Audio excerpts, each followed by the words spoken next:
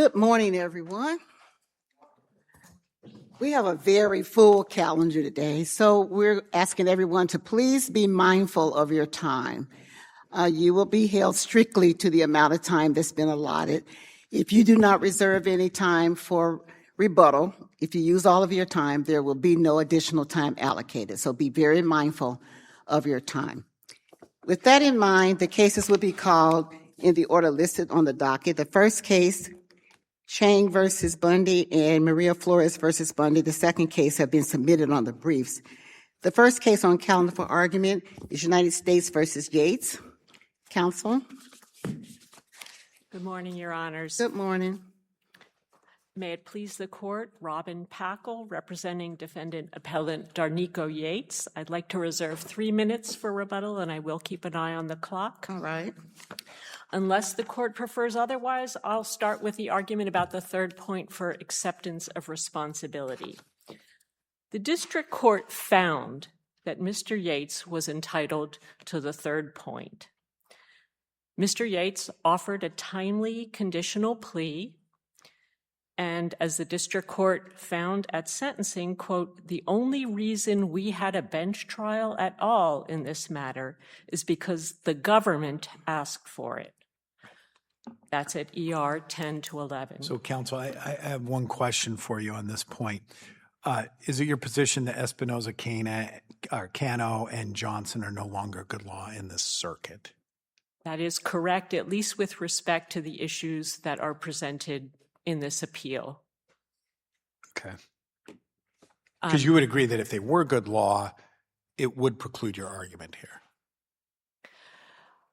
I believe if the guidelines still read to not preclude denial of the third point for a defendant's refusal to waive appeal, which was at the heart of Mr. Yates's third point argument, I think that we would have a problem, certainly, and that perhaps would preclude his argument here.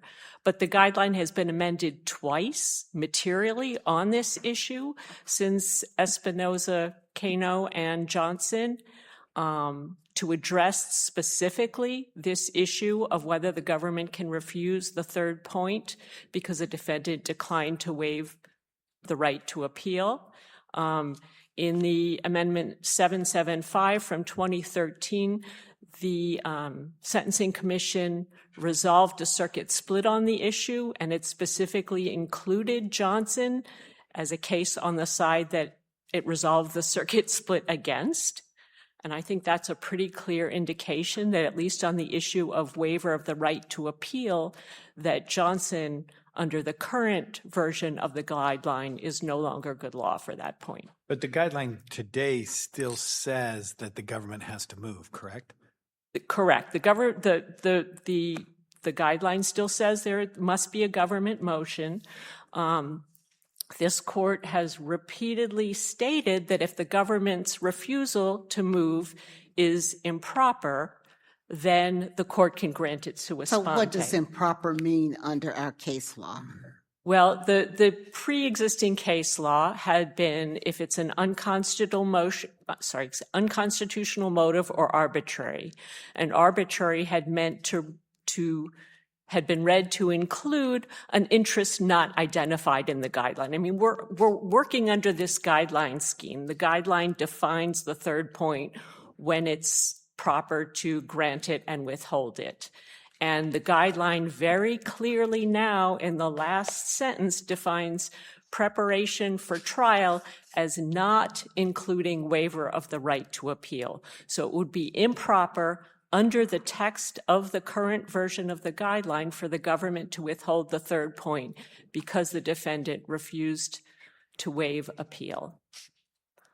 So it's your argument that the fact that the government had to prepare for trial is no longer a relevant consideration? I agree. My position is that it is sort of irrelevant. I mean, we have the district. It's irrelevant? It is irrelevant, yes. So what do you base that on, the fact that the government had to prepare is now irrelevant? What are you basing that on? So we have a district court factual finding that it was the government's decision that there was a trial at all in this case. Had there been no trial, there would have been no preparation. And what the guideline says, it predicates the third point is the defendant timely notifying the government of the intention to plead guilty. There's no question that Mr. Yates's notification was timely, and thereby permitting the government to avoid trial preparation. Mr. Yates's offer for a conditional plea very shortly after this court remanded on the government's appeal permitted the government to avoid preparing for trial. The government could have agreed to the conditional plea. So, counsel, is it your position that any time the defendant offers to allow the government to avoid trial, the government is then required to move for the third point?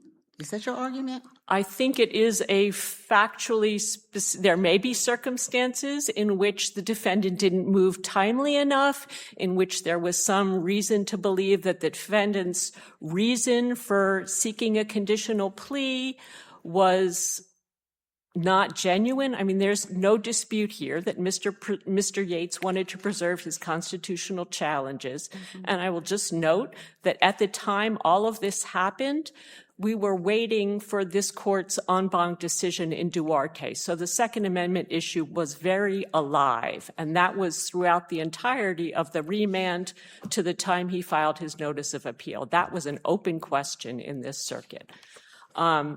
You agree that that's no longer open, right? It's foreclosed right now? I do not agree. I think the Supreme Court has not weighed in on the let me repeat. It's foreclosed under Duarte, as is. Yes. Duarte issued the day after Mr. Yates filed his notice of appeal, and that is settled in this circuit. Trying to think where I am.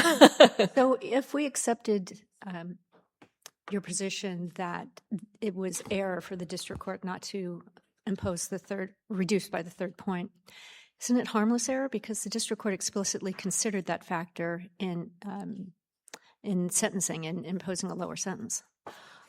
It's not harmless in this case, Your Honor. The government has not shown that it was more probable than not on this record that the error did not affect the sentence. And both the Supreme Court in Molina Martinez and this court in, for example, Dominguez Casedo have held sentencing guideline calculation errors to a very high standard. They're sort of presumptively harmful. And what we're talking about here is an error in the calculation of a guideline. The guideline would have been one level lower.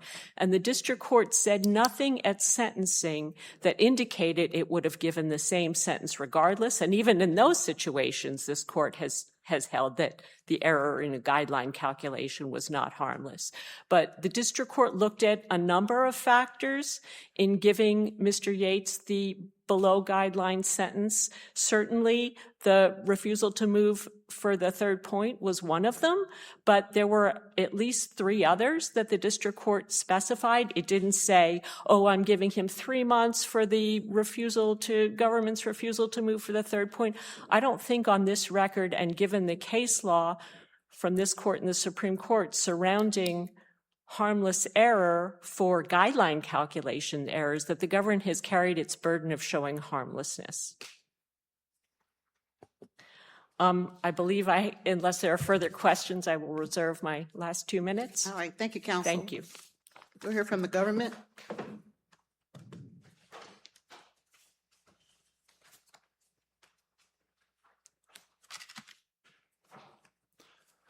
Good morning, Your Honors, and may it please the Court. My name is Ross Mazer, and I represent the United States. Starting with 3E1.1b, the defense argument fails for 3 main reasons. First, Yates never gave notice that he intended to plead guilty, timely or otherwise. His offer of a conditional plea, which he had no right to and which the government never offered, is not a notice of intent to plead guilty. Second, the government had to prepare for trial and, in fact, had to conduct that trial. The commentary to the guidelines says that the government is in the best position to determine if the defendant has assisted authorities in a way that have allowed the government to avoid preparing for trial. Here it didn't. But those commentaries, they're not passed by Congress, right? The commentary is not passed by Congress, but it's been considered as binding in this court's case law, including Espinoza-Cano, and I think the same commentary is relied on by the defense. The third reason the defense argument fails is because the rhetoric about appeal waivers is simply a red herring. This is not a Saugen-Gallegos type case where the government conditioned the third point motion on the defendant surrendering the remaining appellate rights. Here, the government withheld the motion for exactly the reason it said it did in the sentencing memo, because Yates made the government, or because the government had to prepare for trial and then conduct that trial. Does the government believe that Espinoza-Cano or Johnson have been questioned or overruled by subsequent amendments to the guidelines? Almost all of Espinoza-Cano survives the amendments to the guidelines. Specifically, that 3E1.1b is a government motion provision, that it's reviewed under the deferential standard articulated in the Supreme Court's decision in Wade, that the government's decision not to file a motion is reviewed for an impermissible motive or an arbitrary government action.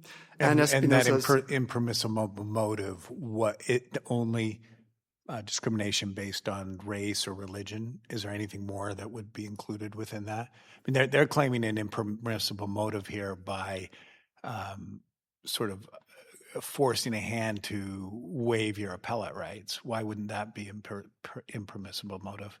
I think the court can review the decision to withhold the third point to determine if the government withheld that motion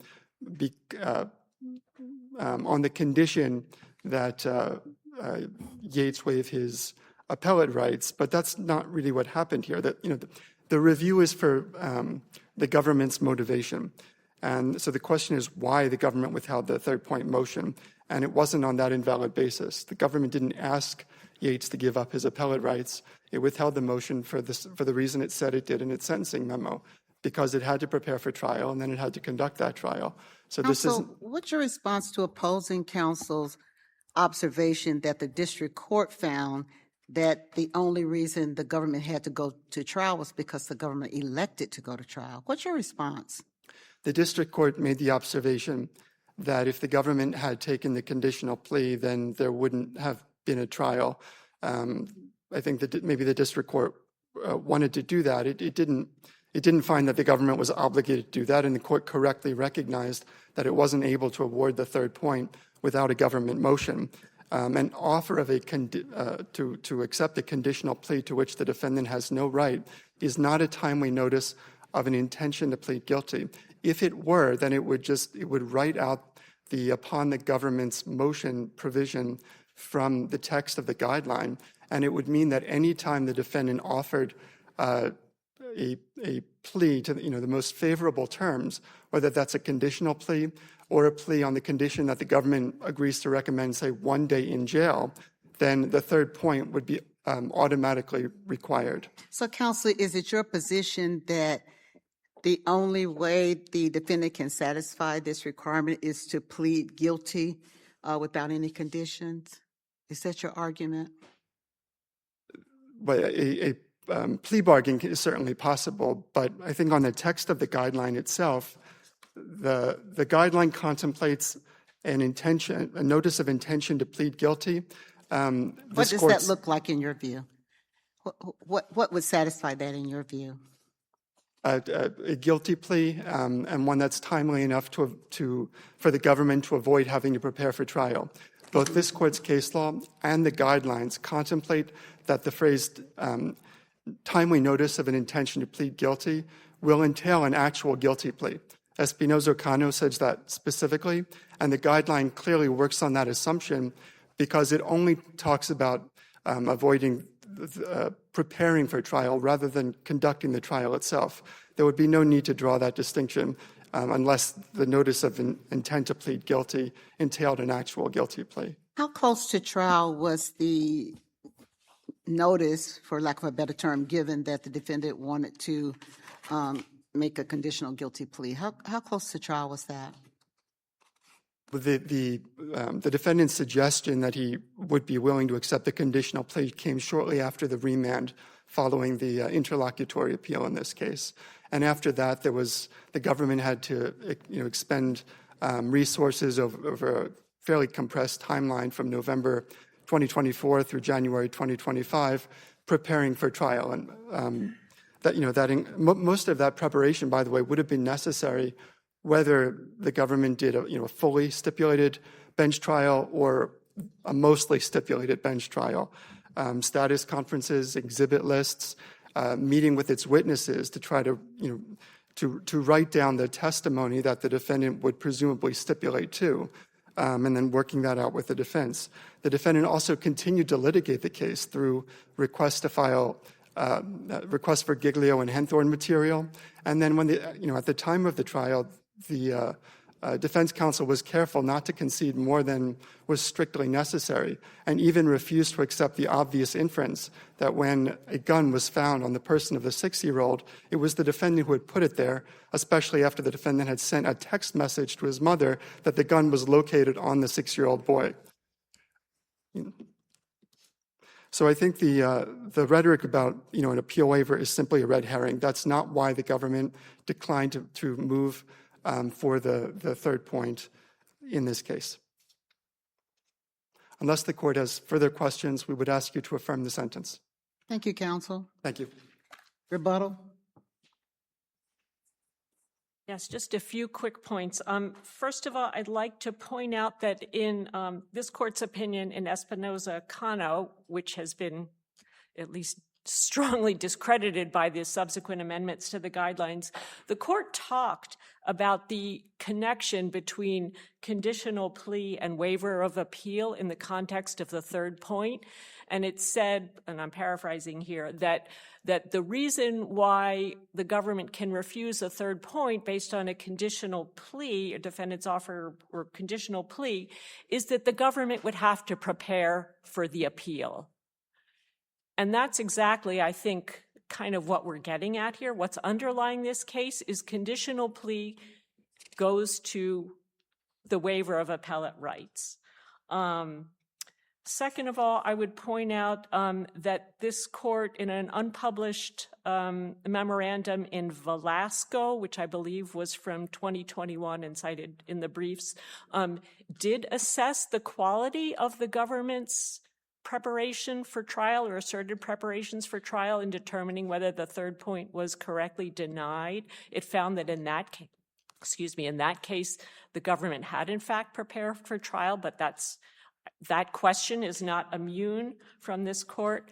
And finally, it's well established since Johnson, again, on other grounds discredited, but that the district court can sua sponte award the third point if it finds that the government properly withheld. Are there any other circuits that have addressed this question post the amendments and looked at the issue in Espinoza-Cano and Johnson? Your Honor, I'm not familiar. I believe both parties focused their cases on this court's opinions. Counsel, is it your position that the government did not prepare for this case? I think its preparations were minimal if you actually look at what it did. It's defense counsel who prepared the stipulations. They're on our letterhead. Once the government said initially that it was going to call a witness, it was the defense that followed the district's policies for getting Henthorne Giglio. I don't know that the government had to do anything in response to that. It was a subpoena to the San Pablo Police Department based on the government's initial indication that it was going to call the officer as a witness. So there were preparations that a new attorney had to learn the case. I don't think that had anything to do with Mr. Yates. But again, it all could have been avoided, as the district court found. All right, counsel, thank you. Thank you to both counsel. The case just argued is submitted for decision by the court.